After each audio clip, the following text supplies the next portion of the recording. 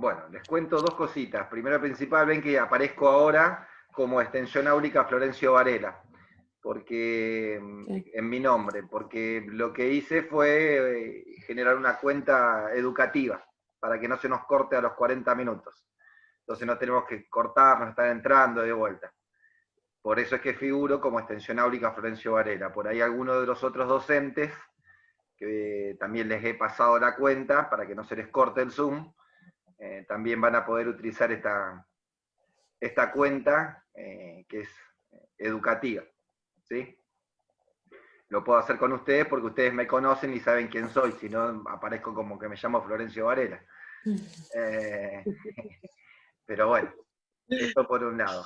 Les cuento que a medida que va pasando el tiempo y que vamos tratando de mejorar nuestras actitudes como docente para que lleguen un poco mejor y para que sea algo más dinámico esta situación, obviamente que lo pactado, siempre digo, todo lo que uno pacta tiene que tratar de cumplirlo. ¿En qué sentido lo digo? Lo digo en el sentido de que la clase de hoy se va a dar, como habíamos dicho, vamos a hacer un repaso de todas las preguntas del trabajo práctico y vamos a trabajar dos casos clínicos. Un poquito la idea para hacerlo mucho más dinámico y entretenido y que no sea una persona solamente que habla. Para las clases subsiguientes vamos a tratar de poner muchos más casos clínicos. De hecho, vamos a tratar de poner eso se llama hacer una simulación. Vamos a tratar de engancharnos con simuladores. De hecho, estoy viendo la forma de contratar algunos simuladores en red, es decir, como si fueran pacientes para poder trabajar directamente como si fuera un caso de verdad. Esto por un lado, vamos a empezar a incursionar en lo que es toda lo que es la práctica a través de simulación. Esto implica dos cosas, que cuando yo llegue a la clase ustedes van a tener que tener mínimamente leído el tema del día, porque si no van a quedar descolgados con respecto a lo que es el tema. Entonces, bueno, sé que con ustedes no hay problema, más o menos les cuento, porque, o sea, ¿a qué apunto yo? Que no es que la exigencia de leyeron de hoy como si fuera una escuela primaria o una escuela secundaria. No, un poco la idea es ir poder trabajando, darle lo que es la bibliografía, por ejemplo, para la clase que viene y contarles la clase que viene, tomarnos unos breves minutos, no tanto, y hacer la charla, la introducción y después irnos a la simulación. Pero un poco la idea es que ustedes van a tener que tener leído todo esto de a ver cómo se fue dando durante la semana los temas, ¿sí? Por eso es que vamos a tratar de hacer no temas tan extensos para que se nos haga un poco más productivo la parte de simulación. Ensayo, prueba, error se llama esto. Vamos a ir probando. Nunca, si bien tengo la experiencia de haber trabajado mucho con simuladores, nunca hice una prueba de simulación online, en vivo. Siempre los simuladores fueron muñecos en el momento o técnicas de simulación. Pero bueno, vamos a tratar de incursionar en algo nuevo. Por eso uno se capacita continuamente. A eso es lo que yo les decía, en la semana tuvimos capacitaciones de algo que se llama, por ahí también se los voy a compartir a ustedes, algo que se llama el aula invertida, ¿sí? No es que el aula esté pata para arriba, que esté de cabeza, sino el aula invertida es tratar de buscar los conocimientos de otra manera. ¿Qué significaría esto? Si estuviéramos en un escenario valga la redundancia, de un aula, uno podría decir, pararse al frente del pizarrón, es sincrónico porque uno tiene los tiempos de las preguntas, pueden surgir temas nuevos. Sin embargo, cuando uno habla a través de una cámara o a través de un sistema como es este, si una videoconferencia, uno se encuentra limitado, no todos pueden hablar a la vez, hay que esperar sus turnos para hablar, la retroalimentación se hace muy lenta. En cambio, con la simulación, vamos a tratar de que se haga más dinámico. Y aula invertida, ¿por qué? Porque en realidad el conocimiento siempre va a depender de ustedes, porque, por ejemplo, a la hora de tomar un examen, yo no estoy ni en sus casas, ni con ustedes, ni controlándolo, ni sabiendo que si enfrente de ustedes tienen un libro, tampoco me interesa. No soy de esos docentes que buscan presionar al alumno, ni mucho menos. Creo que el conocimiento es la virtud que ustedes están, o sea, es lo que ustedes vinieron a buscar, y si copiarse no serviría de nada. Entonces, siempre pienso de esta manera, por eso se llama un poco aula invertida, que uno va a tratar de darle todas las herramientas y estoy buscando nuevas herramientas para ver si podemos mejorar la calidad que tienen en recibirlas y que a ustedes les sea lo más productivo posible. ¿Sí? Obviamente que a más edad, más me cuesta, porque, como saben, digo siempre, nosotros nos fuimos de un poco de la era, o por lo menos yo no fui de la era de lo que es la tecnología, fui más de lo que era el papel, todo lo que uno podía tocar, entonces todo nos cuesta mucho más. Pero le ponemos toda la mejor onda, garra, para que todo salga bien durante este proceso. Así que bueno, les quiero contar esto. Posiblemente en la semana le esté mandando, en la semana que sería entre hoy o mañana, el tema de la clase siguiente, para tratar de yo preparar los simuladores para la clase que viene. No es que vamos a hacer, llegamos y hacemos simulación. La idea es llegar y poder vernos cómo podemos resumir el tema de visto, si hay dudas, y pasar a la simulación, es decir, pasar a la parte práctica. Esto nos va a generar otro dinamismo y que ustedes tengan que ir leyendo lo que yo les voy mandando día a día. ¿Para qué? Para que ustedes puedan mejorar su aprendizaje. Así que bueno, algo de lo que aprendí esta semana y ya lo estoy implementando. Por eso es que también le mandé estos casos de simulación o casos para debatir, porque así nos vamos a ir introduciendo, vamos a empezar a debatir con los diferentes casos, dándonos las oportunidades a cada uno. Bien, como ya aprendí, voy a compartir la pantalla. Ah, no, ven que no aprendí nada, no abrí el archivo.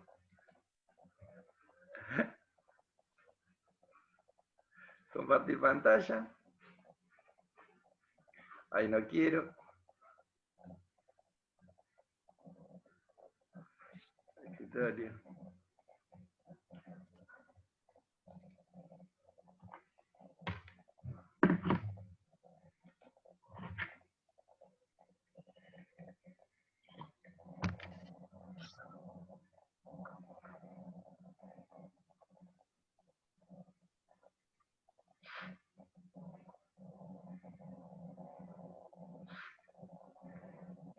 ¿Qué va a hacer, chicos? Tienen que pensar que no todos tienen la misma facilidad para la tecnología. Yo a veces cuando a mí me dicen, no, porque yo no sé, y digo, si ustedes supieran lo que yo sé de tecnología, pero bueno, también voy tratando de, o sea, no me quedo, todo lo que no sé me desafía y trato de ir aprendiéndolo.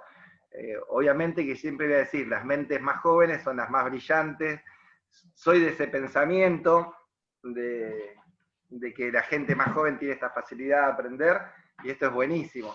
Y que a nosotros nos cuesta más, sí, nos cuesta el doble, porque trabajamos, porque tenemos, porque no queremos a veces incorporar conocimientos nuevos. Esto es un poco. Bueno, ¿ven mi pantalla, chicos? Sí. ¡Ah! Me siento contento.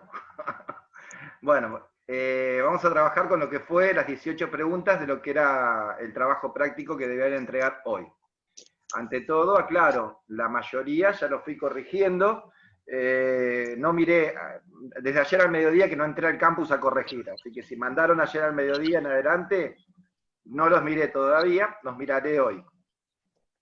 Está re bueno como llegan los trabajos, para mí es mucho más cómodo. De hecho, la idea es que a ustedes les vaya apareciendo la calificación y les vaya y yo se los voy a ir pudiendo compartir las notas directamente en el campus, notas de trabajos prácticos.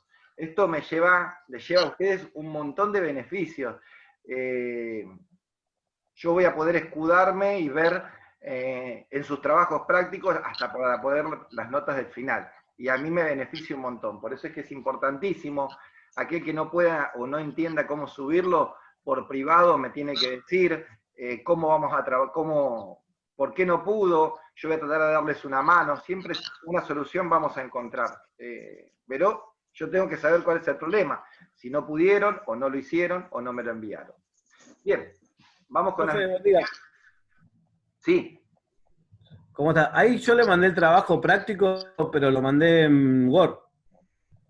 perfecto. Word, PDF, sí. Es más, yo hasta algo que les puse, porque fui aprendiendo también. Por ejemplo, dentro del campus, dentro del trabajo práctico, les aparecen diferentes ventanitas. Creo que les puse 6 a ustedes o 7, si no me acuerdo si en la administración. Bueno, no es que en cada una de las ventanas tienen que completar algo, porque es así, les cuento. Cada ventana le permite subir una sola foto. Hay compañeros que hicieron 6, 7 fotos. Entonces le tuve que poner diferentes ventanas para que les dé la oportunidad de subir más fotos al campus. En realidad el que tiene en Word o en PDF usa una sola ventana. Yo sé que por eso les puse, yo sé que a veces les va a salir como entrega incompleta. No importa, es entrega incompleta porque no rellenaron los otros.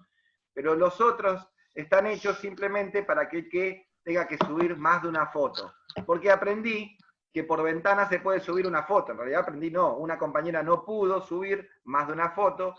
Llamé a la campus, pregunté, me dice, no, para hacer eso tienen que poner más ventanas.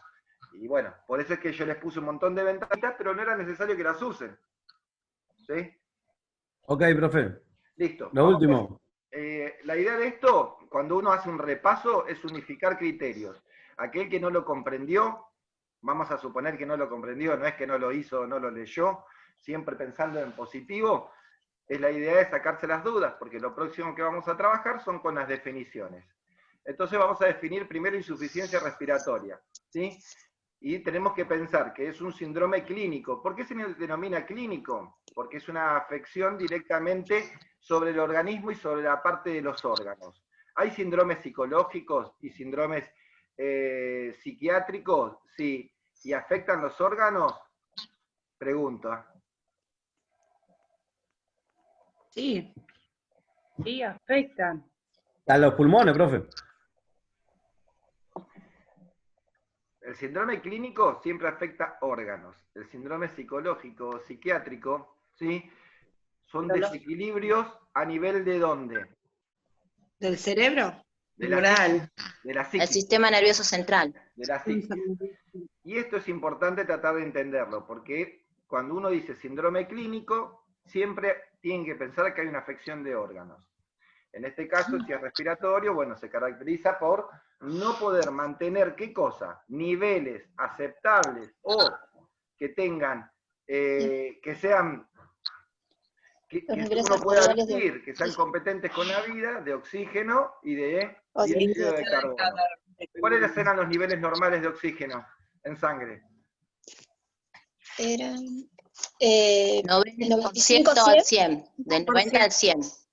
Muy bien. ¿Y de Ay, no se dióxido de escucha nada. carbono?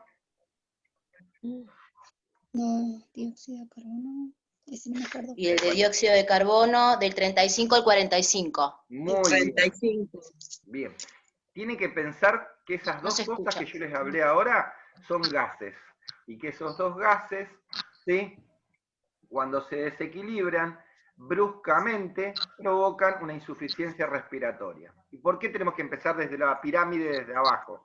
Porque es un entendimiento que uno tiene que hacer a nivel de lo que uno piensa como enfermero. De ahí que yo tengo que medir todo esto. Puede estar desequilibrado, pero compensado estos niveles. Y ahí hablaríamos de una insuficiencia respiratoria compensada, ¿sí? Y esto es lo que tenemos que empezar a entender. Seguimos definiendo hipoxemia, ¿sí? Hipoxemia, ¿sí? Hipercapnia. Vamos a hacer las dos definiciones juntos. Hipoxemia, hablamos de oxígeno, ¿sí? Hipo es por abajo, ¿sí? Es por abajo. Hiper es por arriba. ¿Puede haber una hipersemia? ¿Puede haber una hipersemia? Sí, puede haber una hipersemia. Lo que pasa es que más del 100% no hay lecturas, pero el exceso de suministrar oxígeno puede darme una hipersemia, ¿sí?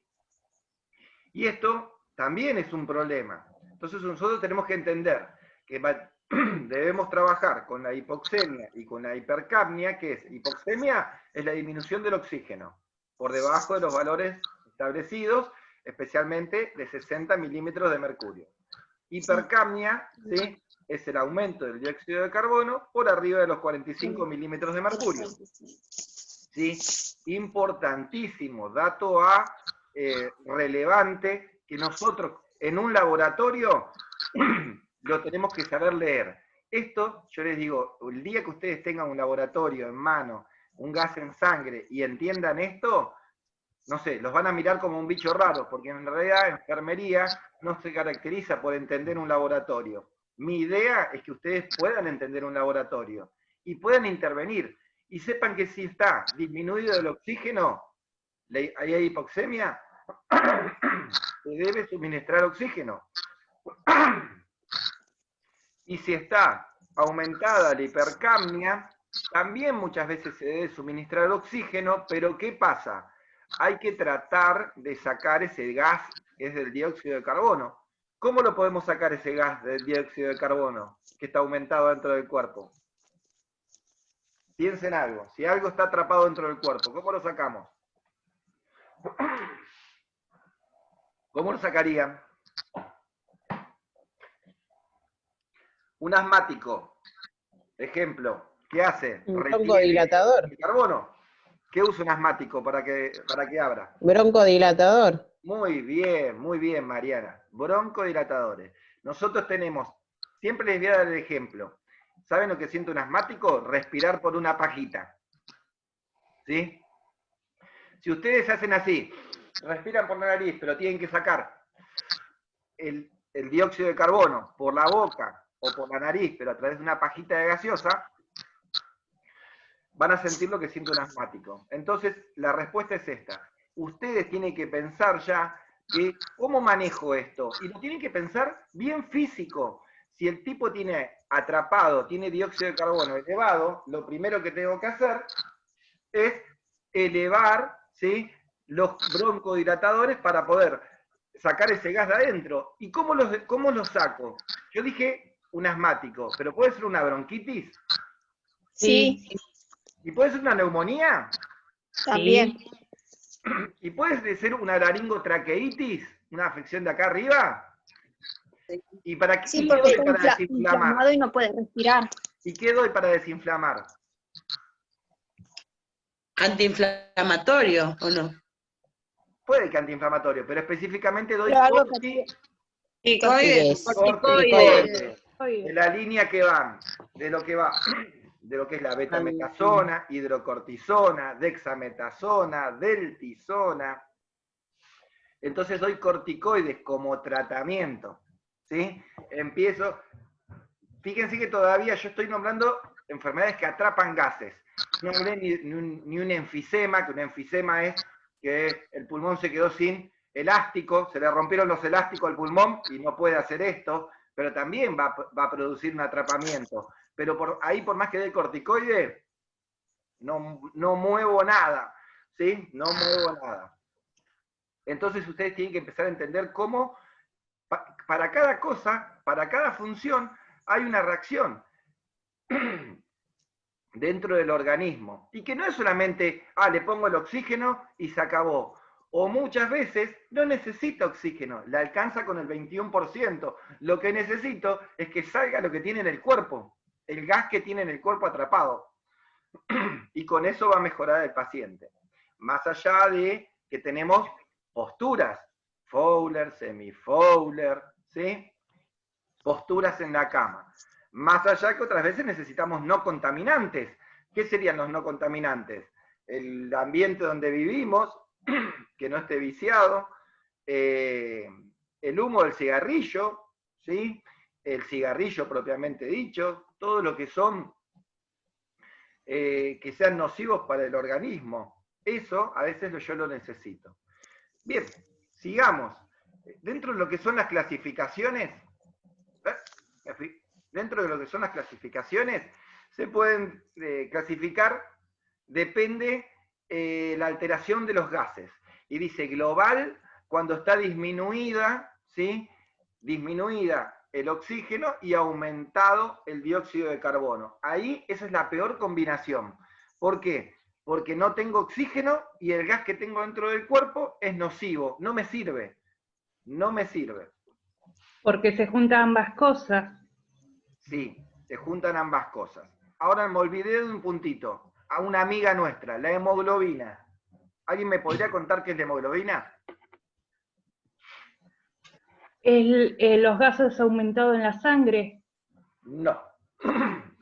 La hemoglobina, piense en esta manera, es un colectivo, ¿sí? Que tiene asientos y que nos ayudan. En esos asientos sube, cuando llega al pulmón a hacer la hematosis, suben todos los oxígenos, ¿sí? Y empieza a circular por el cuerpo. Y en la primera parada baja un oxígeno, sube un dióxido de carbono.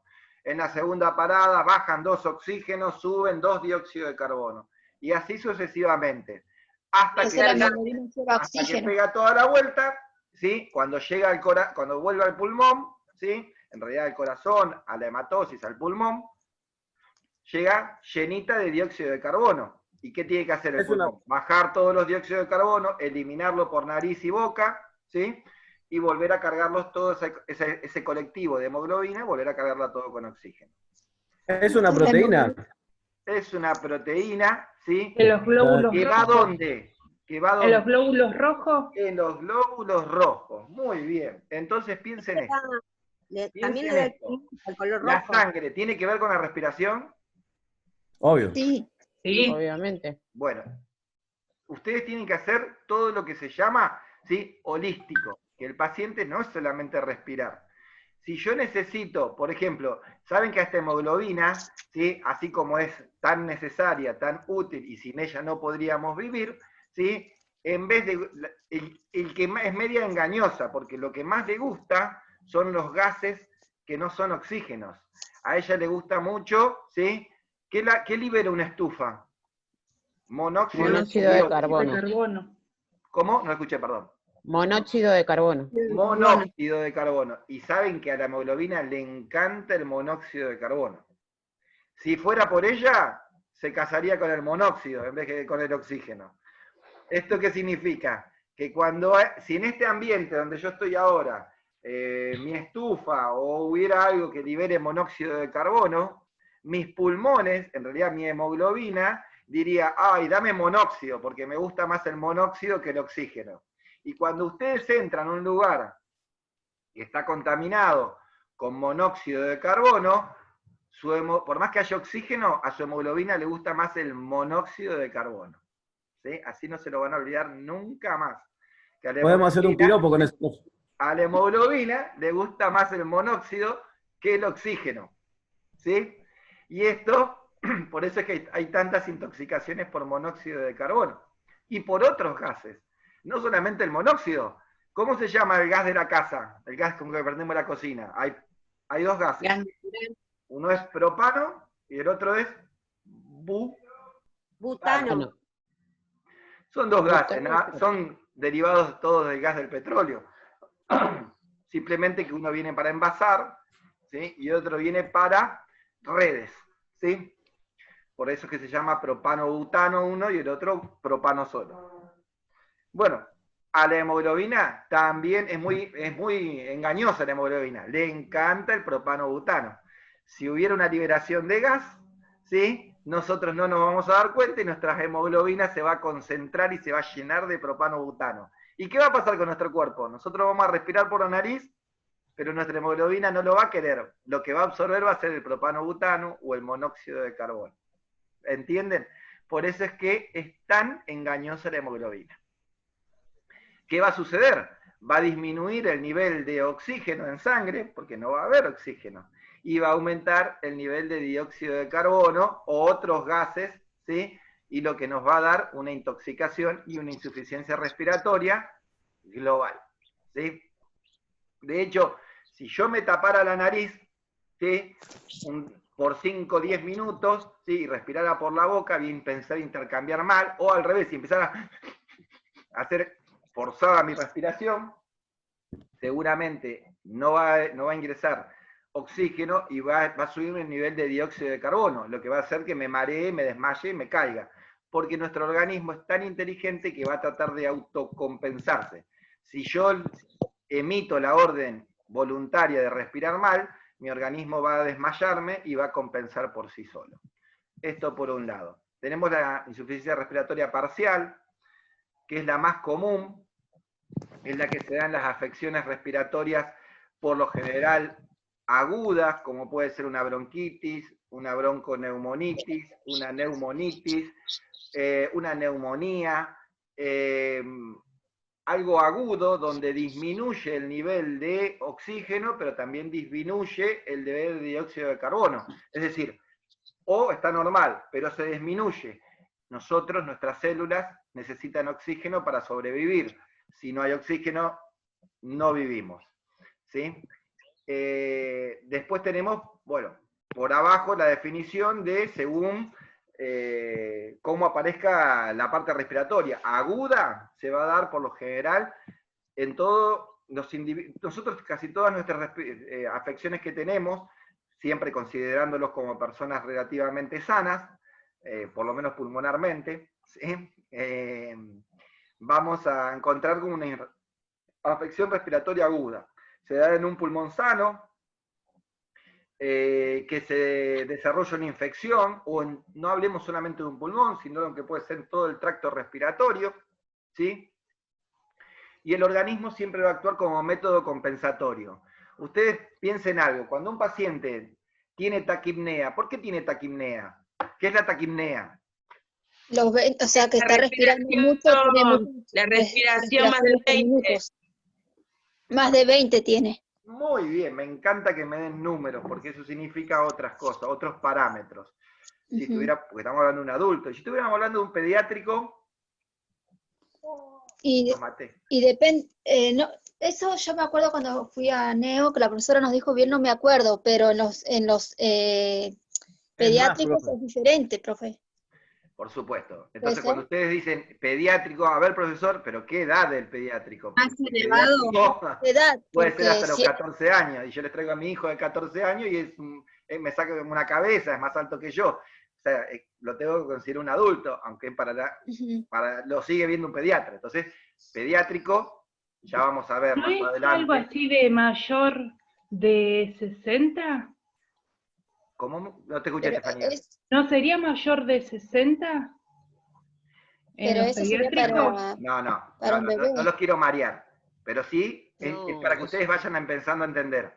Pediatría se divide por rangos, por edades que pueden estar directamente relacionadas con la edad y con el peso. ¿Sí? Entonces después vamos a tener que tener dos parámetros. Si a mí me decís pediátrico, yo lo primero que te tengo que preguntar, ¿de qué edad y de qué peso? ¿Sí? Sí. En base a eso, yo más o menos en mi cabeza sé... Sabe los parámetros para ese paciente. Un niño entre 5 y 8 años que tenga una frecuencia respiratoria de 30, no me afecta, es normal. ¿Sí? Ahora me dicen un niño de 12 años con una frecuencia respiratoria de 30, te digo que está mal. ¿Sí? Es aumentada. Entonces, siempre tenemos que pensar esto. Bien, yo les decía, ¿qué pasa con un paciente que tiene taquipnea? ¿Qué está haciendo el organismo? Está respirando muy seguido, o sea, hace respiraciones ¿Para qué muy respira cortas. más seguido? Si tiene Porque afectado no el le está pulmón. entrando oxígeno Para poder para que entre saturar entre al más propio oxígeno. organismo, ayudarlo. Para poder compensar. Ahí está. Compensar. Siempre piensen algo, nuestro organismo es tan inteligente que compensa cada una de nuestras acciones. Si la falla es respiratoria, va a compensar para tratar de mandar más cantidad de gas, ¿sí? ¿Y cómo hago para mandar más cantidad de gas? Si yo tengo una sola nariz y una sola boca, que siempre tienen los mismos diámetros de orificio. Entonces, en vez de abrir un agujero en el pulmón, lo que hago es respiro más veces, para tratar de compensar. Cuando uno tiene fiebre, hipertermia, ¿sí? O está con un estado febril, lo que va a hacer el organismo es tener taquicardia, ¿sí? ¿Por qué se tiene taquicardia cuando uno tiene fiebre? Tiene las pulsaciones más de arriba de 100. Perfecto, ¿por qué? Porque bombea más rápido el corazón, necesita más oxígeno. Claro, late más. Por la tiro respiración, profe. Por un mecanismo compensatorio. se llama. Compensatorio. ¿Por qué? Porque el organismo dice, che, estamos trabajando a mayor temperatura, hay que enfriar esta sangre. ¿Cómo la enfrío? ¿Sí? Y bueno, hacerla girar más rápido. ¿Por qué? Porque si la hago girar más rápido, pasa más rápido por el pulmón. ¿Y la sangre cómo Sería se como- comunica con el exterior? A través del sistema respiratorio pulmonar. ¿Sí? Y se supone que, no sé, si acá estoy en mi casa, debe haber la temperatura, no veo el termómetro, pero debe estar en 20 grados como mucho. Es decir, si yo estoy con 37, tengo que tratar de que mi oxígeno toque la sangre para poder enfriarla. Y si enfría Sería esa como el electro del auto. la misma respuesta, exactamente, Lea, como Gracias, el profe. electro del auto. Trabaja de la misma manera. Las chicas por ahí no saben, no quiero minimizar ni nada por el estilo. ¿Vieron el Yo sí radiador sé. del auto? Sí. Bueno, el Sí. radiador está hecho para que se enfríe el agua que refrigera el motor. Bueno, lo mismo, ¿sí?, sucede con nuestras cuestiones. Nosotros enfriamos la sangre. ¿Para qué? Para que no se sobrecaliente. Cuando corremos, ¿sí?, hacemos actividad física, hacemos más actividad química en nuestro organismo. De hecho, cuando la mujer está en su etapa de menstruación, tiene una hiperactividad química hormonal.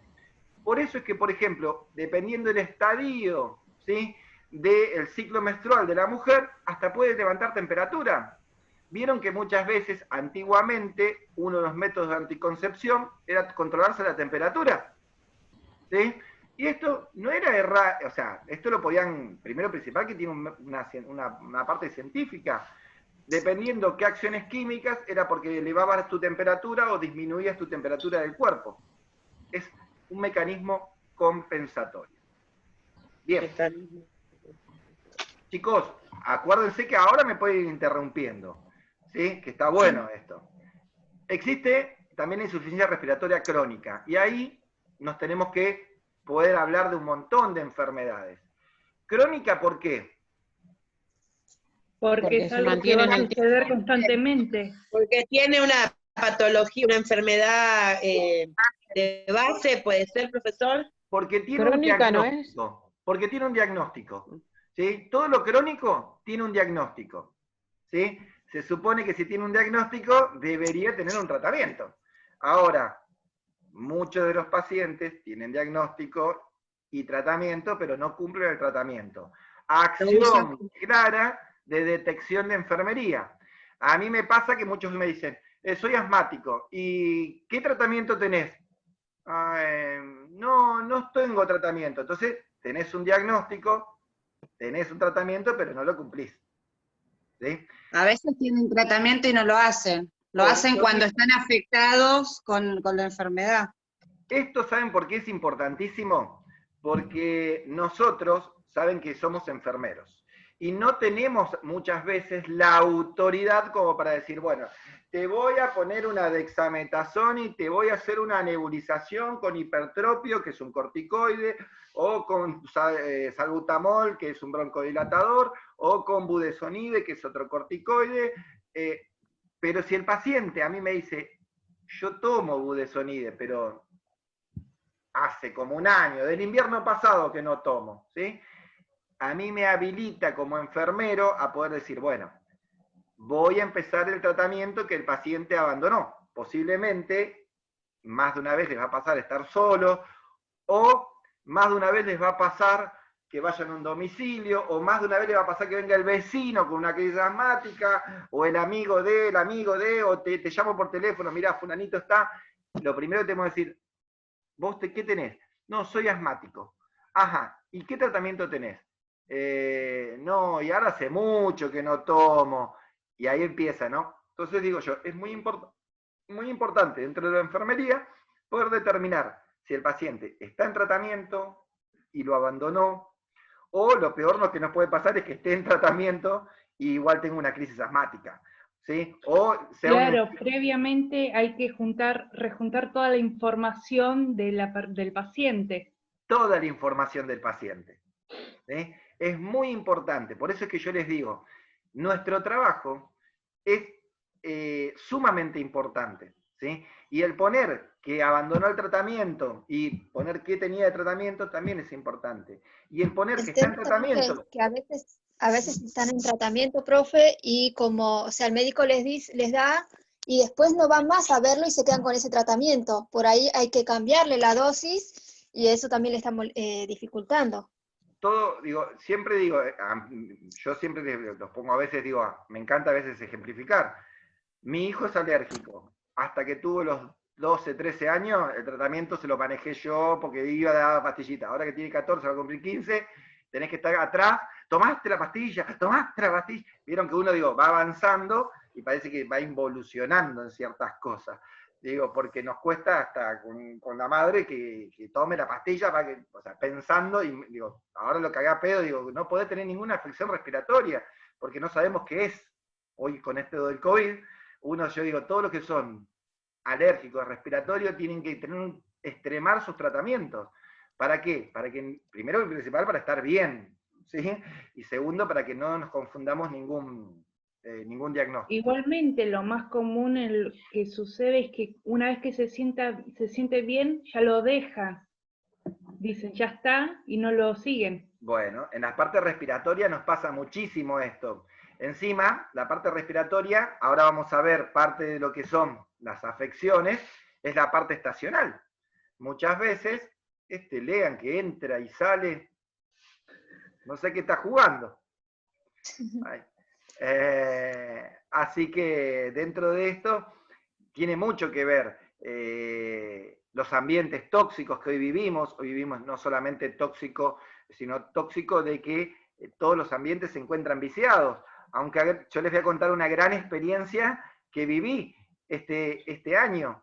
Tuvimos casi nula afecciones respiratorias de la comunidad. ¿Esto qué entra dentro de la comunidad? Las neumonías, las bronquitis, ¿sí? ¿Por qué? Porque como no hubo un contacto mucho más reducido y encima la gente usaba barbijo, se diseminó menos el virus. ¿Sí? Hablando de mi hijo, les pido 30 segundos que los amarreo porque tiene que entrar a su Zoom.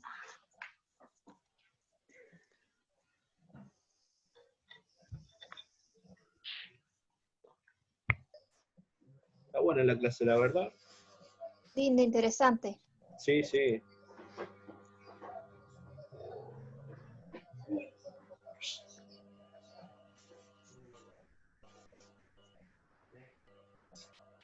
Se arreglaron todos hoy, ¿eh? ¿Eh? Se arreglaron todos. ¿Ah, sí? No miré a ninguno todavía. Volví. Bien. Entonces, cuando hablamos de crónico, es importantísimo que entendamos que la cronicidad tiene diferentes factores. Primero y principal, la afección que sea, si es un enfisema, si es un asmático, si es una telextasia, si hace, no sé, dentro de lo que es la respiratoria, si es alérgico. Por ejemplo, la parte alérgica, sabemos que no es si bien es una afección respiratoria, no es una afección respiratoria baja pulmonar, sino es una afección respiratoria alta, ¿sí? Alta. ¿Que nos puede descompensar a un paciente? Totalmente que sí. Entonces digo yo, todo lo que es respiratorio, esto es como decir, tengo un trastorno sanguíneo, pero ¿dónde lo tenés? En el brazo. No, mentira, si es sanguíneo es en todo el cuerpo. Que tenga alguna manifestación, por ejemplo, más en las piernas, como puede ser un trastorno venoso profundo, ¿sí?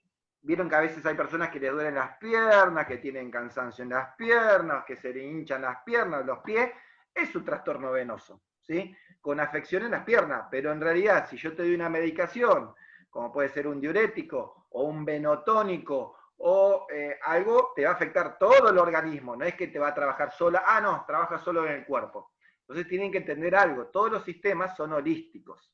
Cuando uno habla de cronicidad, tiene que ver qué grado de afección tiene esto. Después, cuánto de daño que se provocó en esta enfermedad se revirtió o cuánto se mantiene del organismo, es decir, qué funciones tiene disminuidas, agotadas, extinguidas o cuáles han quedado al límite. Puede ser, por ejemplo, un diabético, ¿sí? Los diabéticos recuerden que existen dos tipos de diabetes. Está la tipo 1, Y la ¿sí? tipo 2. Insulinorequiriente, y la Insulinodependiente. tipo 2. ¿Y uno puede pasar de Que ser no- tipo 2 a tipo 1? Sí, si no hace el tratamiento, seguramente va a terminar. Se va a agotar la función pancreática y va a terminar siendo un diabético tipo 1. Bien, ¿existen afecciones respiratorias agudas que se transforman en crónicas? Sí, chicos, existen. ¿Y por qué tiene que ver esto? Vieron que las viejas, las abuelas decían, es una bronquitis mal curada. ¿Sí? Sí. Si bien no existe el mal curado, porque en realidad si no, sería algo que no puedo tener una bronquitis mal curada porque si no nunca me hubiese recuperado. Pero puede ser que esa Por ahí le quedó bronquitis secuela o esa de esa neumonitis bronquitis. me haya dejado una secuela dentro de mi pulmón. Ujú. ¿Sí? Y esta secuela la voy a padecer o hasta algún Siempre. cambio hormonal o de desarrollo, ¿sí? O la voy a padecer porque no, mi organismo ha quedado con una disminución. Mucho de esto se puede explicar más fácil en la parte cardíaca, cuando hay un infarto, un IAM, donde una parte quedó afectada, que es las próximas clases. Vamos a ver. Es importantísimo ver esto. Bien. Sabemos que, o sea, ¿qué es la hematosis, chicos?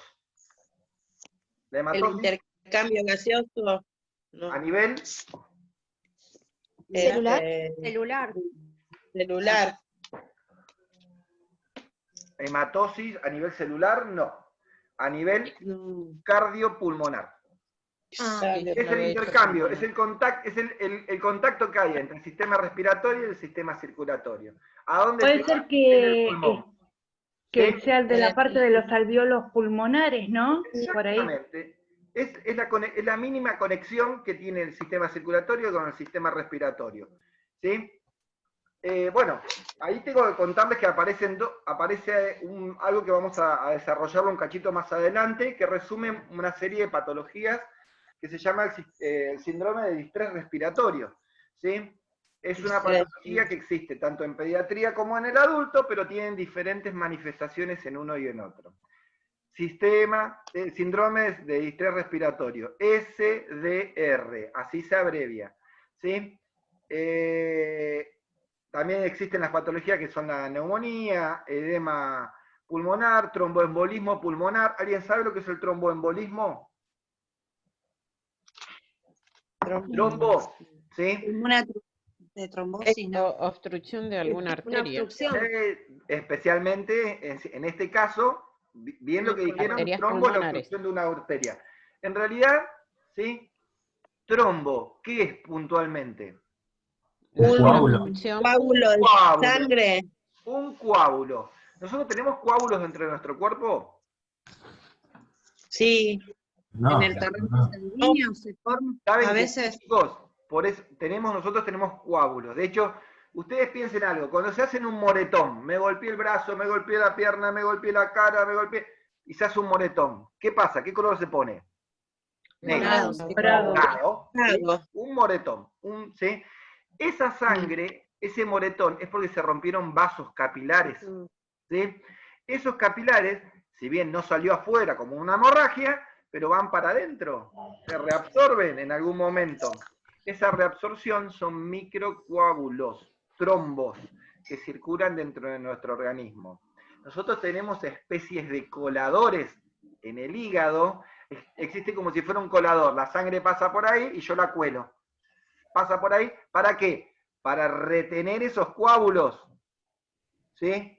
Para retener esos coágulos, poder ponerle alguna proteína enzimática, romperlo lo que más puedo y mandarlo al riñón. ¿Sí? Para que se eliminen, porque ya no sirven más. Pero no los puedo eliminar como un coágulo. Entonces nosotros siempre dentro de nuestro organismo tenemos coágulos. Ahora, ¿qué pasa si ese coágulo pasó el colador o no me funciona el colador? O al revés, después del colador aparece, qué sé yo, un golpe y circuló hasta el pulmón. Eso se llama un tromboembolismo pulmonar. ¿Sí?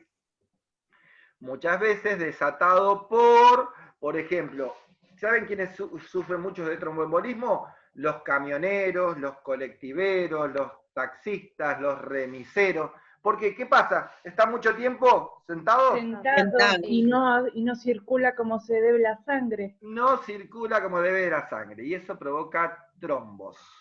Y esos trombos, ¿sí? En algún momento, algunos se pueden clavar, como dijo la compañera, en un alveolo y hace que no se pueda realizar esta hematosis. Y se provoca un tromboembolismo pulmonar, ¿sí? También llamado TEP, tromboembolismo pulmonar. TEP.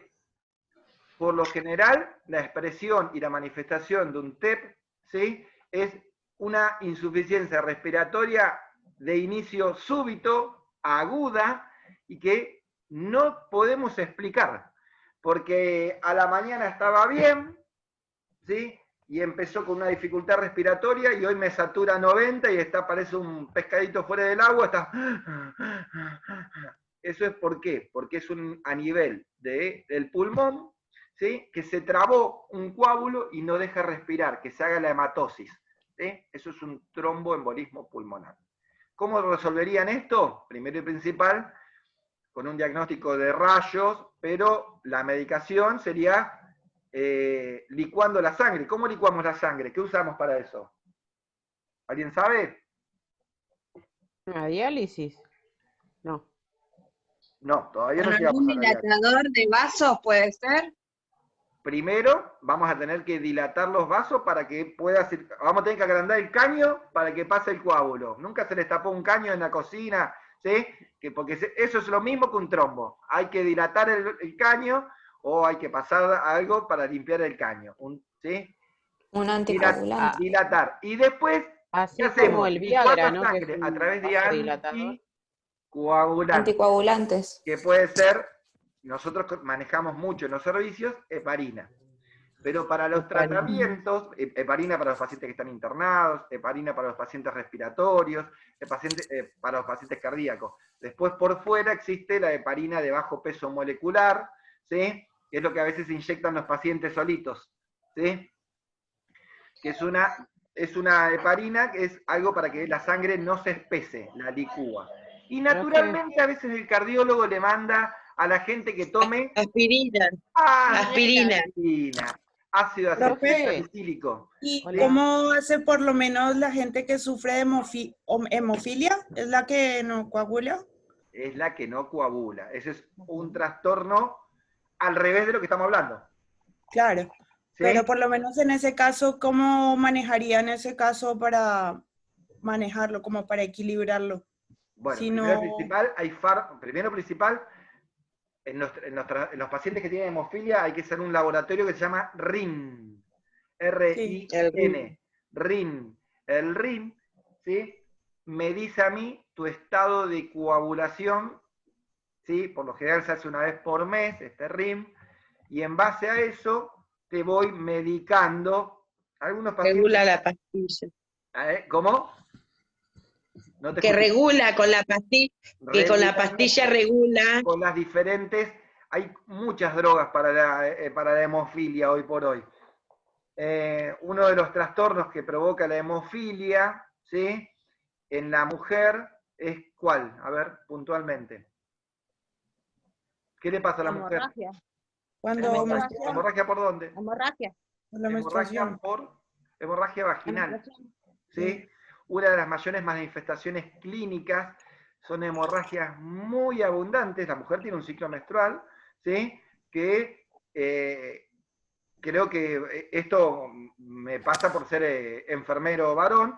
He visto muchas veces, tener que higienizar pacientes que han tenido o que están en su periodo menstrual. Y el sistema, o en maternidad, lo que son los coágulos es muy importante. Es algo, muy raro que el varón es difícil entienda. Pero en la mujer que tiene hemofilia, muchas veces sufre de hemorragias vaginales, abundantes, que no ceden, que parece una catarata o una canilla abierta. Es la expresión que me dice la mujer. Cuando viene, me dice, cuando estoy en mi ciclo menstrual parezco como si fuera una canilla abierta. ¿Por qué? Porque sangra muchísimo, ¿sí? Eso es una tendencia, o algo para observar y pensar en una posible hemofilia. ¿Por qué lo digo esto y lo hago con esta expresión? Porque por ahí soy varón, y porque por ahí a mí me sorprende, y por ahí le puedo contar a mis otros compañeros que tienen por ahí no experiencia en esto, qué es lo que les pasa a una mujer. Y después, el trastorno peor es en la mujer cuando quiere quedar embarazada. La hemofilia, ¿sí? Trae muchos trastornos cuando la mujer quiere quedar embarazada. ¿Por qué? Porque tiene este trastorno de coagulación, la hemorragia es muy constante y hay mucha pérdida de sangre y cuesta mucho. Hay que trabajar mucho la hemofilia. ¿Sí? Es hereditario, ¿no? Esto, profe. Mira, yo te diría una cosa, Alejandro. Ya no hablemos más de hereditario, porque en realidad, para determinar que algo es hereditario, hay que justificarlo muy bien. Decimos que hay muchas probabilidades o tendencias porque, no sé, tu mamá, tu papá tenía hemofilia, tu mamá, tu papá era diabético, ya lo de que es hereditario lo dejaría para otro tipo de profesional, como es la genética. Yo no me metería en el hereditario. Decir que hay muchas probabilidades, ¿sí? ¿Por qué? Porque tuvo un papá con hemofilia, una mamá con hemofilia, un papá diabético, una mamá diabética, que no tiene nada que ver, pero te estoy dando el ejemplo para que, o sea, siempre relacionamos dentro de cuando nosotros hacemos la anamnesis, buscar los datos de cada uno, ¿sí? Le voy a meter pata, porque quiero llegar a la parte de casos. Atelectasia. Atelectasia es cuando el pulmón, cuando el alveolo colapsa al pulmón por completo o parcialmente. Exactamente. Se achicharró, ¿sí? Y no lo puedo volver a inflar. No lo puedo poner operativo nuevamente. ¿Por qué suceden estas cosas? Primero y principal, porque se puede haber llenado o envuelto de secreciones, ¿sí? Y adentro no hay, o sea, dejó de cumplir la función en lo que es el alveolo o una parte del pulmón. Se achicharró. Puede ser total de todo el pulmón o puede ser parcial, un pedacito nada más, ¿sí? Que después vamos a llamarlo como si eso se fuera una bulla, ¿sí? Eso se determina una bulla. Una bulla es cuando dentro del pulmón quedó encapsulado un grupito de alveolos que no lo pude resolver. Y si no lo puedo resolver, el paciente va a vivir con esa bulla o con esa atelectasia. ¿Se puede revertir la atelectasia? Si es rápidamente, sí. Se revierte por lo general dejando el pulmón inflado. Piensen que el pulmón es como un globo. Lo inflo, lo desinflo.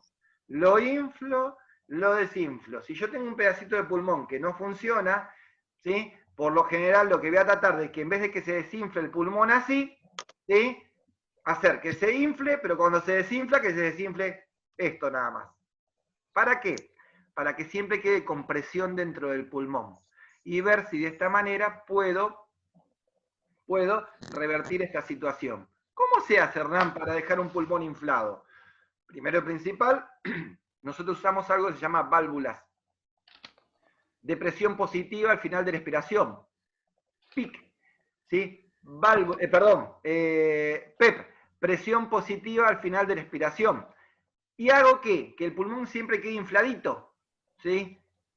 Esto se puede dar en diferentes tratamientos, como puede ser cuando doy oxigenoterapia, ¿sí? Cuando el paciente está respirado, sí, yo manejo todo, es mucho más fácil. Pero a veces yo quiero dejar este pulmón infladito. ¿Y qué hago? Para eso hago ciclos más cortitos, muchas respiraciones, y no dejo que el pulmón se desinfle del todo. Con eso trato de revertir la atelectasia, ¿sí? ¿Hay otras formas de revertir la atelectasia? Sí, ¿sí? Se puede punzar, ¿sí? Y tratar de sacar externamente, es decir, poner un trocker en el pulmón y tratar de sacarlo.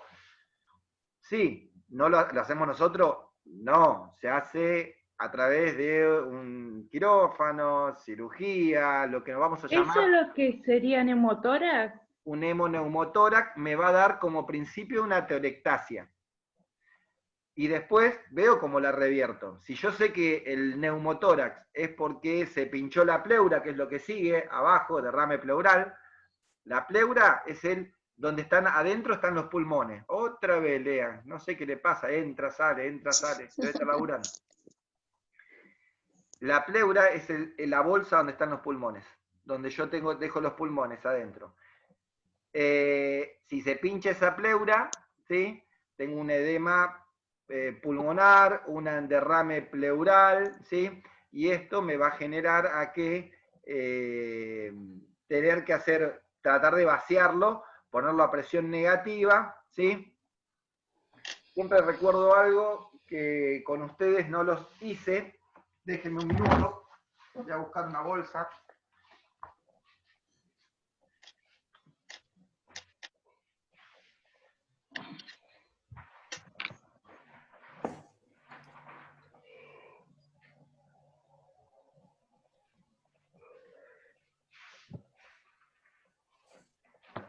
No te duermas, Mari. ¿Qué, yo? No, a Marisa. Ah. Que está apoyando y se duerme. Bueno, volví. Acá tengo un folio, ¿lo pueden ver? Sí, profe. Sí. Esperen que estoy admitiendo. Acá tengo un folio. Acá tengo 2 pilas que agarré yo ahora. 2 pilas chiquititas. ¿Sí? Son tóxicas las pilas, profe. No toque tanto. Si esto fuera la pleura, la bolsa esta fuera la pleura, y estos son los pulmones que van adentro, le puse los pulmones. ¿Ustedes ven? ¿Se mueven las pilas ahí? Sí. ¿Saltan? Sí. Saltan. ¿Por qué saltan? Porque la presión que está acá adentro, es la misma que está acá en mi casa. Ahora, si yo hiciera esto, que es fácil de hacer, ¿qué hice? Se No hay sacó el nada, aire. sacó la presión. Le saqué la presión. ¿Se mueven las pilas? Fíjense. No. No. ¿Por qué? Porque quedó al vacío. Piensen algo. ¿Dónde hay más presión? Ahora, acá hay presión más o menos que afuera. Acá hay Más. Más. no, Más. menos. Menos. Porque yo aspiré. Esto, ahora me pongo así de ejemplo, son mis pulmones. Cuando yo abro la boca, ¿sí? Equiparo las presiones. Si yo abro la bolsa, equiparo las presiones. ¿Entienden? Sí. Primer principio de la respiración, equiparar las presiones. ¿Para qué? Para que el gas se intercambie solo, sale de menor presión a mayor presión. Cuando cierro mi boca, ¡pop!, atrapé el gas que había acá adentro. Cerré mi boca, atrapé el gas que había acá adentro. ¿Ven? Ahora está inflada la bolsa. Ahora está inflada. Yo hago la respiración, saqué el gas, ¿sí? Y mis pulmones quedaron al vacío. Ahora, ¿qué pasa si se pincha esta pleura? A ver. Se infiltra. Pinché, hice un agujero. No sé si alcanzan a ver. El aire está. Hice un agujero. ¿Sí? ¿Yo puedo hacer vacío ahora? No. No. No. Se filtra. No puedo hacer vacío. Y los pulmones abro la boca. ¿Y qué pasa? No pasa nada porque no puedo respirar. Claro. Ese es el principio de la respiración, chicos. Ustedes tienen que entender esto. ¿Qué puede pasar? Puede ser una herida de bala, puede ser un cuchillazo, un puntazo, o una infección que me haya empezado a erosionar. ¿Qué les pasa a la nariz cuando tienen resfrío? ¿No se les pone colorada y no se les rompe acá los vasitos? Sí. ¿No se lastiman de tanto limpiarse en el pañuelo? Me limpio, me lastimo. ¿Sí? Se irrita y se paspa, ¿sí? Bueno, lo mismo le pasa a esto. Si ustedes tuvieran, esto está continuamente, se abre, se cierra, se abre, se cierra. Sus pulmones, su caja, ¿qué hace? Se estira, se achica, para el costado, para acá. El diafragma sube, baja, sube, baja. Si tuviéramos una infección pulmonar, ¿sí? Y nosotros se irrita, ¿sí? Eso se puede romper. Y si se rompe, se provoca un derrame pleural. Y si hay un derrame pleural, por más que yo haga 10, 20, 50 narices, nunca voy a poder hacerle hematosis. ¿Por qué? Porque no hay presión al vacío. Por eso es que nuestros pulmones trabajan al vacío. Ese es el principio de la respiración. Presión negativa. ¿Sí? Bien. Sigo. Fallas de bomba, intoxicaciones de los centros respiratorios. Esto puede ser diferentes gases. Trauma encefálico, cuando yo me golpeo la cabeza y el bulbo, ¿sí? Del encéfalo es quien se encarga de determinar cuántas respiraciones por minuto voy a hacer, si hago una actividad física, cuánto se tiene que aumentar, ¿sí? Se afecta. Guillain-Barré es una afección, ya la vamos a ver determinada puntualmente. Guillain-Barré es una enfermedad autoinmune, poco común, afecta muy bajo porcentaje de la población, de origen idiopático. Si digo autoinmune es que no es contagiosa y es propia. Afecta todo lo que es el sistema nervioso al punto tal que afecta la parte respiratoria en un determinado tiempo. Respiratoria, circulatoria. Por lo general aparece las demostraciones que hay y las apariciones que hay son luego de una afección viral. Pero en realidad es idiopática y todavía está en estudio. Sí, alguien dijo profe. Sigo. Sí.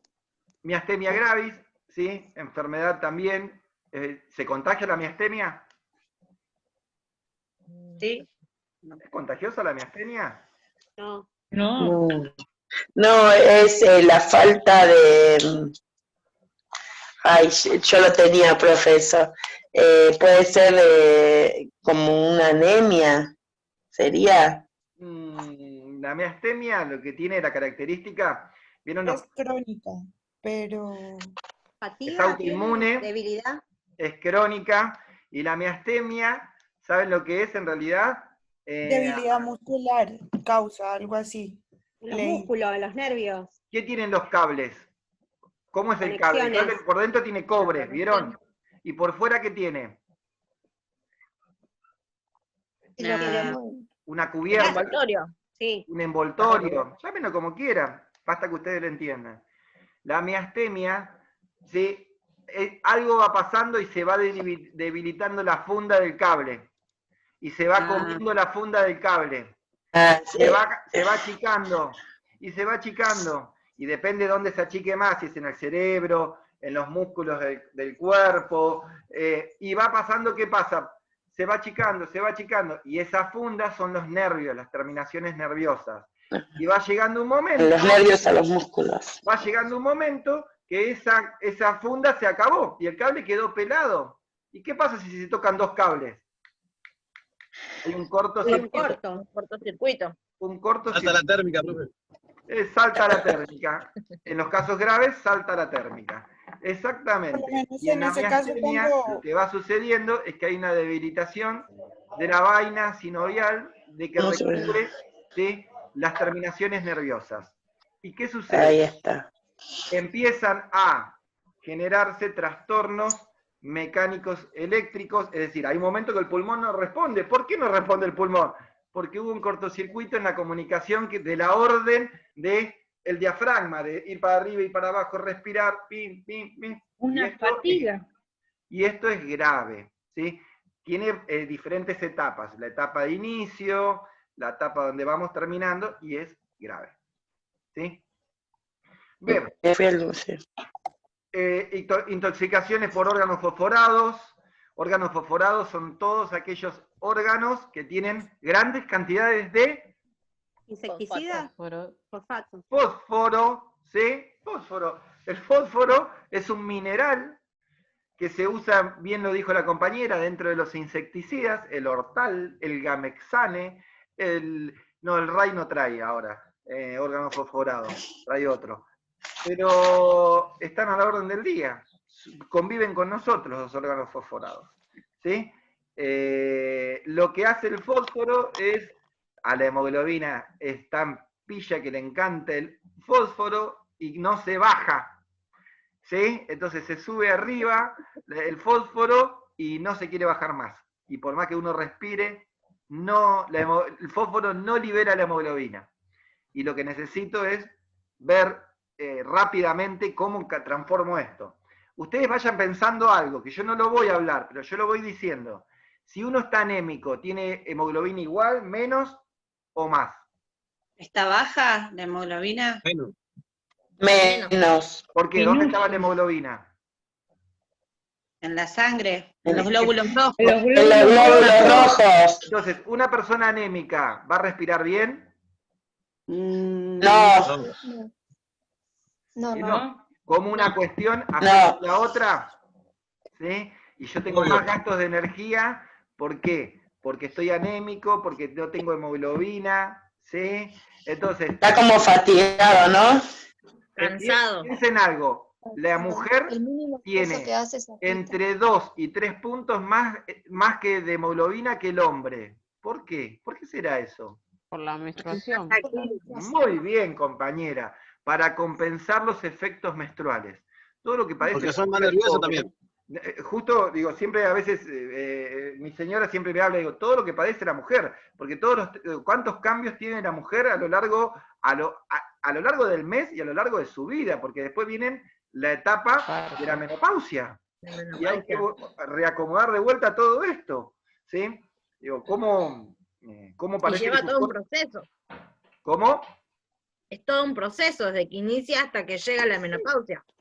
Sí, por eso les digo, cómo es el cuerpo tan diferente de la mujer al del hombre, y cómo hay que entender diferentes actitudes que uno tiene. Por eso cuando a veces el hombre dice, es una histérica, ¿existe ¿existe la enfermedad de la histeria? Sí. Muy bien. Si no existe, la inventamos, profe. Sí, en el hombre. Profe, una consulta, profe. Profe, todo lo que padece la mujer después lo padecemos nosotros también, porque nos hinchan a nosotros. Ay, pobre. Ay, qué Bueno, mala. Bueno, ahí no. Bueno, Igual después, habíamos llegado a la conclusión con la pero profesora esto Dávila. a modus propio, a ver si existe o no la enfermedad de la histeria. Y en realidad, yo les voy a adelantar algo. Existir existe. Ahora, fíjense si es un síndrome clínico o un síndrome psíquico. Al principio hablamos que era clínico o era psíquico. Y si era psíquico, ¿por qué se produce? ¿Por un desequilibrio clínico? Búsquenlo, pero para que ustedes sepan y tratemos de hablar con propiedad. Más mental. Bueno, Psicológico. búsquenlo. No voy a dejar ahí. Vamos a terminar. No, profesor. El curaré o Psíquicos. los opiáceos son todos aquellos, un paciente que tiene dificultad respiratoria no debería tratar de tomar ningún tipo de psicofármaco que disminuya o que provoque que su nivel de conciencia se apague. ¿Sí? Por eso es que no deberíamos, o deberíamos regular muy bien si toma algún antipsicótico o alguna medicación que no esté recomendada dentro de lo que es el sistema respiratorio, o poder ver bien. Factores de riesgo, modificables, no modificables, bueno, esto no lo voy a pasar un poco por alto, todo lo que es modificable, no modificable es todo lo que es de origen genético, con desarrollo, subdesarrollo, después del nacimiento. ¿Por qué dije desarrollo o subdesarrollo? Porque puede haber enfermedades que se subdesarrollan luego del nacimiento, por tendencias o genética propiamente dicha de familia que puede llegar a venir. Modificables hay un montón: tabaquismo, contaminación ambiental, obesidad. Si quiero llegar a lo que es la insuficiencia respiratoria, el síndrome de respiratorio. Bien.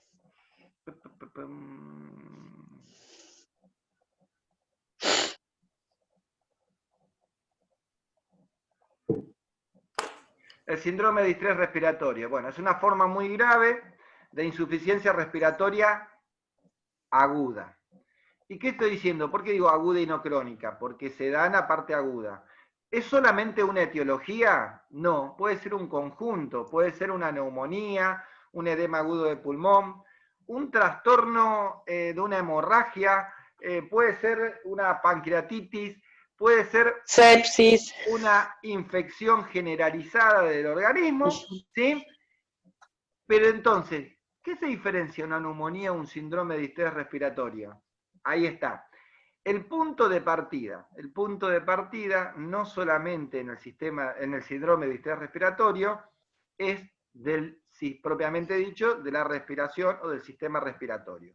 Yo puedo tener, no sé, una descompensación diabética y terminar en un síndrome de distrés respiratorio. Quiere decir que el conjunto de afecciones clínicas que descompensan el organismo va a terminar en un síndrome de distrés respiratorio. ¿Por qué es importante renombrarlo? Porque yo lo saco ahora del eje de la anatomía de lo que es el sistema pulmonar. Sin embargo, el paciente, digo, esto es como a veces es un poco redundante, pero uno dice, ¿de qué se murió? De un paro cardiorrespiratorio. Y sí, todos nos morimos de un paro cardiorrespiratorio. Cuando dejamos de respirar y cuando dejamos de latir nuestro corazón, nos morimos. Ahora, ¿por qué digo es un poco redundante? Porque muchas enfermedades van a desenvolver o van a desembocar en un síndrome de distrés respiratorio, pero no de origen netamente pulmonar, que puede ser por un traumatismo, por una infección, por una neumonía, por lo que sea que me va a descompensar el sistema respiratorio. ¿Cómo se compensa? Obviamente que lo primero que tratamos de saber es su estado, podríamos decir, de los gases, para saber en dónde estamos parados. Se compensa la causa, por lo general se medican con antibióticos. ¿Qué digo se compensa la causa? La causa es que si te falta oxígeno, te pongo oxígeno. Si tenés dióxido de carbono aumentado, te aumento la presión positiva al final de la expiración para tratar de, o te disminuyo para tratar de liberarlo más rápido. Y voy jugando con las medidas. Obviamente que tengo que medicar con antibióticos, debo tratar de ver otras cosas. Bueno, por lo general todos los síndromes de distrés respiratorio se tratan en unidades de cuidados intensivos, ¿sí? Tiene un índice de mortalidad muy grande. Recuerden que no solamente es de origen pulmonar, sino que puede ser un desarrollo clínico generalizado, pero que la manifestación y la afección es netamente pulmonar. Por eso se llama síndrome de distrés respiratorio. ¿Sí? Más abajo las preguntas hablaban de lo que eran las acciones propiamente dichas de los servicios de UCI o de UTI, ¿sí? Cómo estaban dispuestas todo lo que eran con respecto a las unidades y cómo se disponían de acuerdo a el abordaje de los enfermeros. Siempre voy a decir lo mismo, fíjense cómo queda bien en evidencia que uno puede ser jefe de una terapia, puede ser referente, tener un grupo a cargo, con el título tan preciado que van a tener ustedes dentro de un año, como es el de enfermero universitario. Que no los asusten, que es una mentira, que se necesita ser licenciado para ser el jefe. No, uno tiene que tener el título universitario.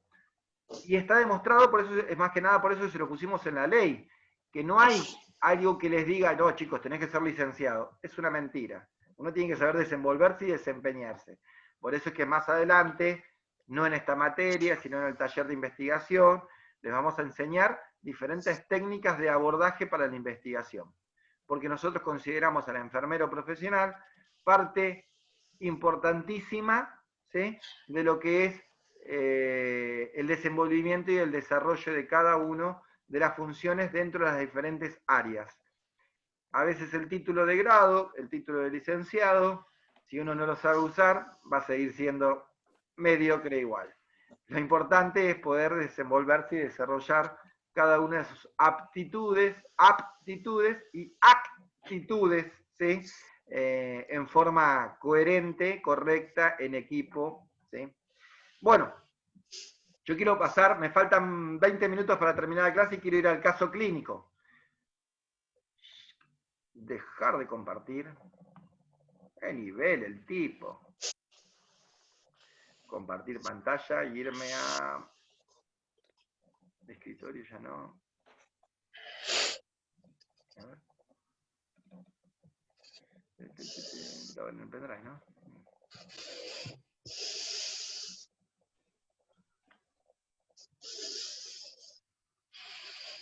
Nadie me dijo nada, cómo manejo ahora la computadora y eso, ¿eh? Excelente, profesor.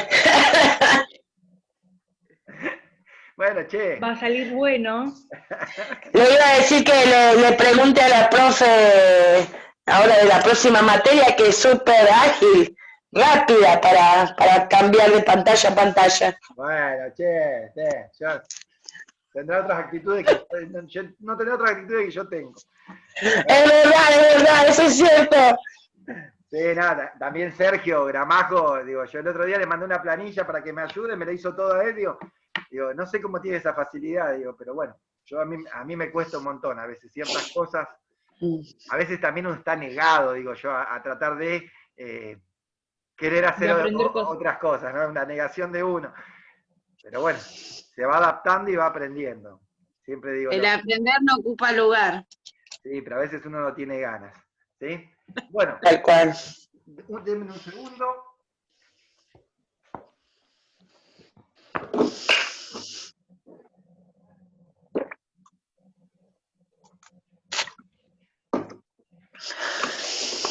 Bueno, dice, vamos a tratar de trabajar como si fuéramos, o sea, ya para las clases subsiguientes, voy a tratar de trabajar con el modelo de los signos vitales, ¿sí?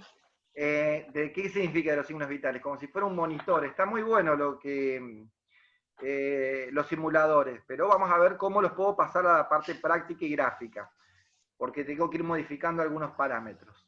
Yo le puse, por ejemplo, el caso 1, que dice masculino, de 24 años, que ingresa por guardia y es dirigido o redirigido al sector de triage, ingresa caminando, sudoroso, estuporoso, pálido, refiere ahogo, ¿sí? Ahogo puse ahí, pero refiere ahogo, hace ruidos al respirar, tos, dice ser asmático y que solo hace el tratamiento cuando tiene dificultad respiratoria. Es pintor de oficio.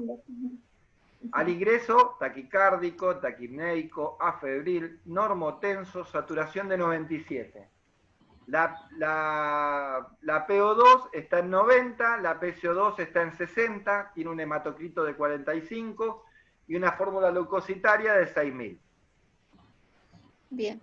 Yo quiero, ya sí. Todos entendimos esto. Yo voy a pasar, sí. Yo quisiera que ustedes puedan decirme qué harían con un paciente así.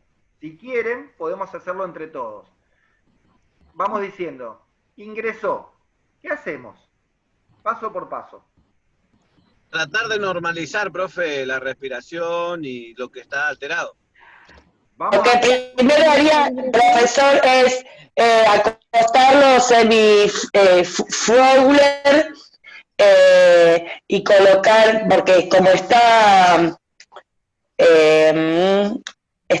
con dificultad respiratoria, ¿no es cierto? Y... Dame un segundo, Elizabeth. Esto pasó hoy, 10 de septiembre, en el Hospital X de la provincia de Buenos Aires. Sí. Vitales primero. Eso, el profesor lo que está diciendo. No, primero tomarle los datos. Ingresa el paciente.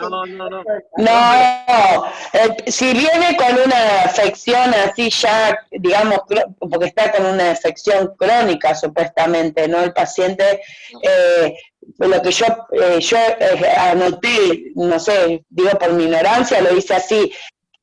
Esperen. ¿Leyeron lo último que dice? Piensen en cómo harían el abordaje. ¿Qué harían primero? Lo primero es... Protegerme y aislarla por posible coronavirus. ¿Cómo nos protegeríamos? Posible COVID, profe. Posible COVID. Tendríamos que tener la protección, o sea... sí, hoy sí. Exactamente. Entonces, ¿qué haríamos primero? Protegernos. Hacer el protegemos y lo aislamos. ¿Qué haríamos primero? Yo primero, de todo, aparte de protegerme, todo tomando las medidas, es pedirle los datos. Yo le pido los datos primero. Yo primero le pongo un barbijo. Sí, sin duda. Sí, datos y con quién convive. Igual es como que ya tenemos un pase, como que ya no, los datos está todo, ya todo lo que el paciente tiene. Claro, Pero porque si dice que en ese lugar, antes de saber Ustedes no que tenemos tomaron los los datos, datos. preguntar, corroborar todas las cosas y Pero preguntar si no es alérgico a nada antes de comenzar. Profe, se hace el paciente ya trae... Primero, se hace el procedimiento como si tuviera COVID, primero. Después buscar qué pudo haber causado esa afección. Porque siendo pintor, por eso, por sabiendo que siendo pintor, puede ser un caso de envenenamiento, primero. Claro, porque se Puede ser. acuerdan, Ir descartando, para mí, ¿no? bueno, fuera de que es una persona asmática, que no encima no consume su medicamento todo el tiempo, sino cuando lo necesita solamente, tiene el PCO2 elevado. ¿Se acuerdan que tiene el carbono? Hipercamia, tiene hipercamia. Primero me presentaría, tenemos que tratar de quién soy y qué es lo que le voy a hacer al paciente. No sé quién, esperen, como tengo la poder, no sé quién dijo eso, primero me presentaría. Yo, Verónica Márquez. En caso de emergencia de ese tipo. Sí. Bueno. Pero profesora, nosotros me acuerdo que en una clase nos dijeron, yo por eso no lo pensé de esa manera, de que el paciente cuando viene con una afección de un tipo, digamos, agudo, hay que primero, es lo primero, después me presento, después, o sea, porque ya el paciente... ¿Está descompensado el paciente? No. Yo les voy a manejar, ¿sí?, mi experiencia personal, que a veces a algunos les va a servir o no.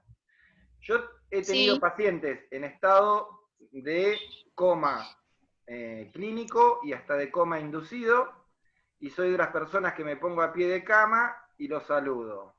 Hola, ¿cómo estás? Buenas tardes. A veces digo, mirá, soy Hernán, si el paciente me habla, me contesta, le digo quién soy. Soy Hernán, soy el enfermero. Pero si no, soy las personas que se pone a pie de cama y saluda al paciente antes de tocarlo. ¿Sí? A veces estando clínicamente, ¿sí?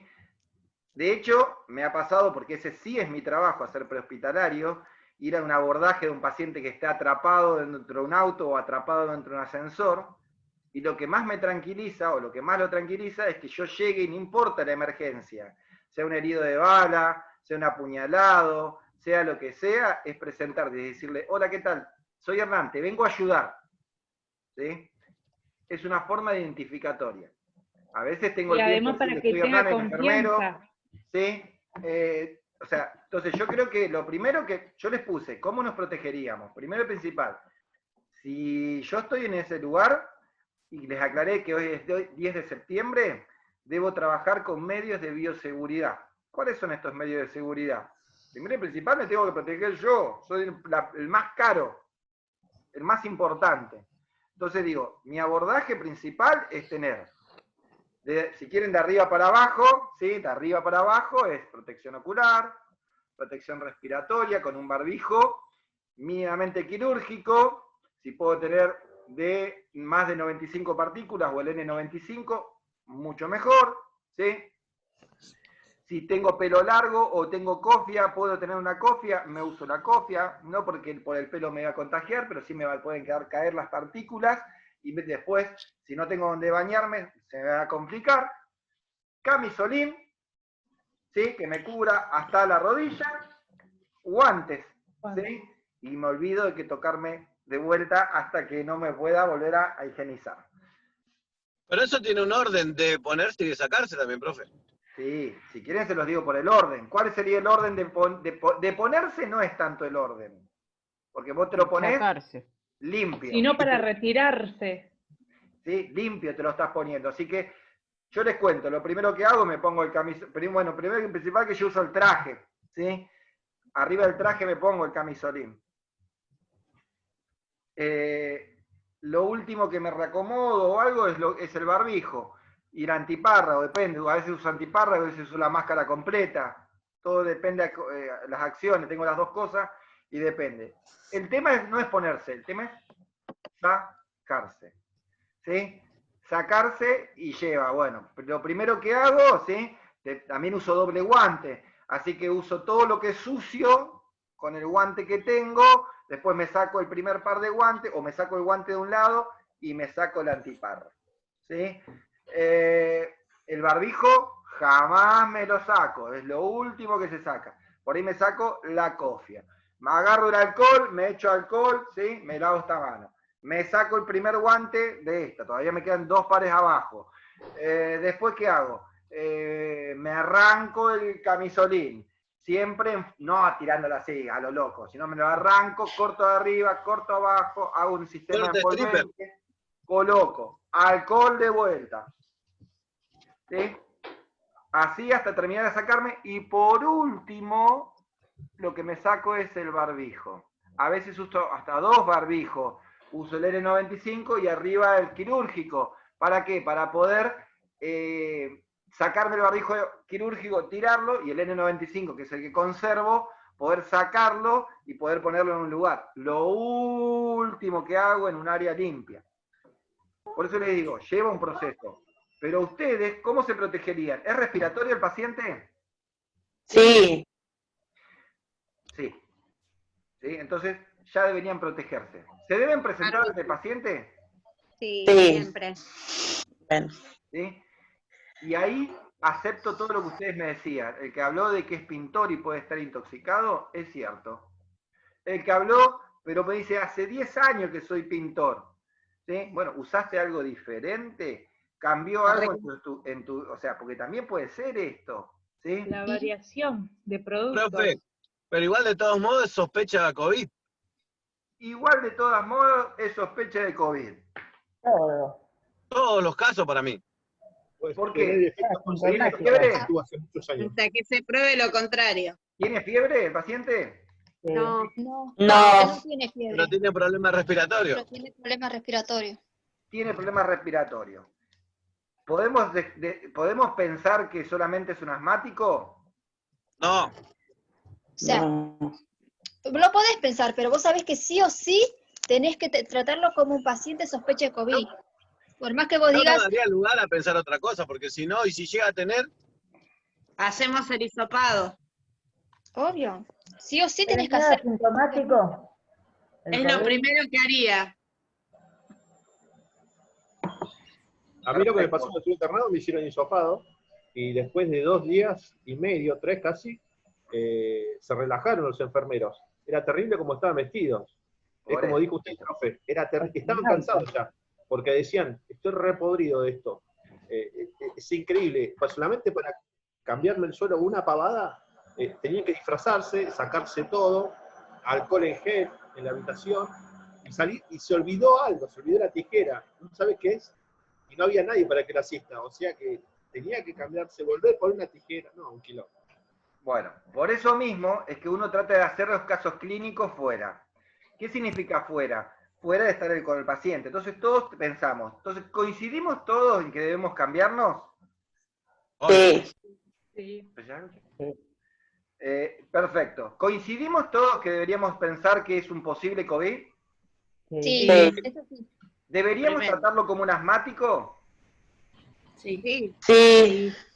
Él lo refiere, pero no sé. Sí, deberíamos tratarlo Para mí porque sí. el paciente ya tiene un diagnóstico Claro, ya tiene el diagnóstico crónico. de base. De base. Exactamente. Ahora, Crónico. ¿deberíamos pensar que solo es asma? No. No. Pero deberíamos O sea, tratar la cronicidad igual de la sí o enfermedad. sí tenés que hacer los Sí. cuidados que Sí. del paciente COVID. Pero Exactamente. por ahí vos sabés que es asma nomás, que está No, complicado en en esa área.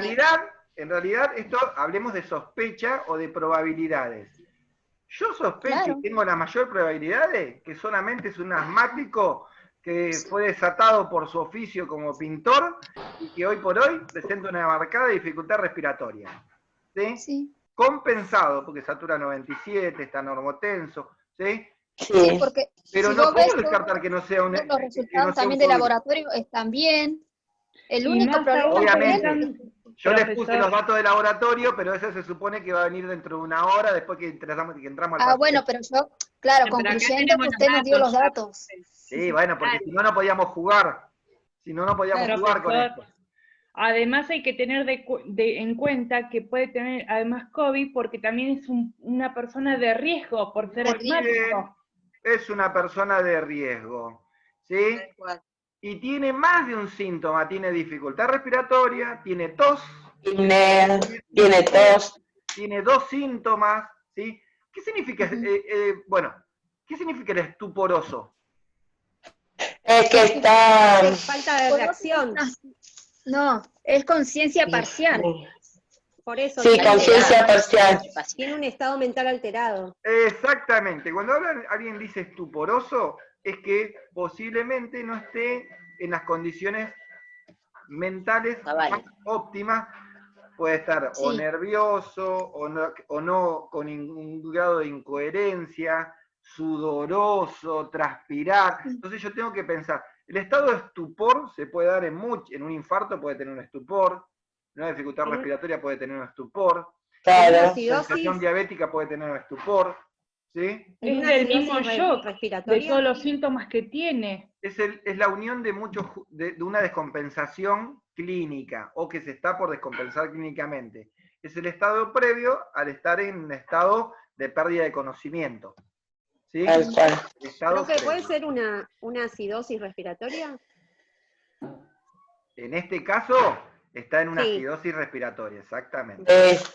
Sí, acidosis. Es una acidosis respiratoria. ¿Por qué? Porque tiene elevado el dióxido de mayor carbono. Claro. ¿Sí? Ahora, yo les puse como dato, está taquicárdico. ¿Por qué estará taquicárdico? Y porque al estar con el problema respiratorio, bombea más el corazón y está con la taquicardia, ¿no? Está taquipneico, ¿es normal? ¿Se puede estar taquicárdico y no taquipneico? Van de la mano. Van de la mano. Van de la mano. Cuando uno tiene... O sea, lo normal es que si uno está taquicárdico, esté taquipneico. Ahora, ¿puede ser al revés, estar taquicárdico y no taquipneico? Sí, supongo que sí es. ¿Una afección de qué tipo? De cardiovascular del corazón. Cardíaca, es decir, yo puedo tener una alteración cardíaca que me dé una taquicardia supraventricular, lo que nosotros denominamos una FA, una fibrilación auricular, que no es respiratorio, ¿sí? Y el corazón está y sí, se puede estar. Lo normal es que si yo estoy taquicárdico, esté taquipneico. Eso sería lo normal, van de la mano. ¿Puede haber afecciones diferentes? Sí, puede haber afecciones diferentes. ¿Sí? Bien, no vamos a tardar más tiempo, pero medianamente. ¿Este paciente lo dejarían internado? Sí. Sí. Está compensado, ¿qué? Yo creo que una vez compensado ya no necesitaría estar internado. Igual, profe, acuérdese que hay que aislarlo por el hecho de que es una sospecha de COVID. Hasta que esté el resultado, y una vez que esté el resultado se le puede liberar. Aislarlo no significa internarlo. No, porque puede estar aislado en la casa. Profe, entonces tendría que preguntarle yo. Profe, habría que preguntarle si Primero tuvo contacto cómo... estrecho con alguna persona que tuvo COVID. Perfecto. Y además, si vive con alguien más. A ver con quién vive, cómo es la casa, si tiene un lugar para estar aislado solo. Lo que dice Estefanía es cierto, y lo que dice lo que dice la compañera también es cierto. Tenemos que ver, ¿puede vivir solo? ¿Se puede aislar? ¿Se puede aislar? ¿Tiene posibilidades de aislarse? ¿Dónde vive? ¿A dónde vive? Vieron que hoy por hoy hay una nueva definición de lo que son las villas o los barrios humildes. Cambió todo un poco por una cuestión estética. ¿Sí? La definición.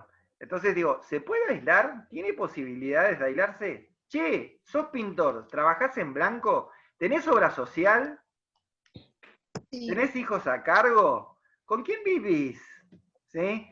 Preguntas de rigor. Yo creo que no está para internar. Yo les puse como ayuda un hematocrito normal, leucocitos no tiene infección, tratando de ayudarlos a ustedes. Yo no lo internaría. Sí le haría el hisopado, y sí lo aislaría hasta tener el resultado. Pero no gastaría una cama del hospital con este paciente, siendo que tenga las condiciones.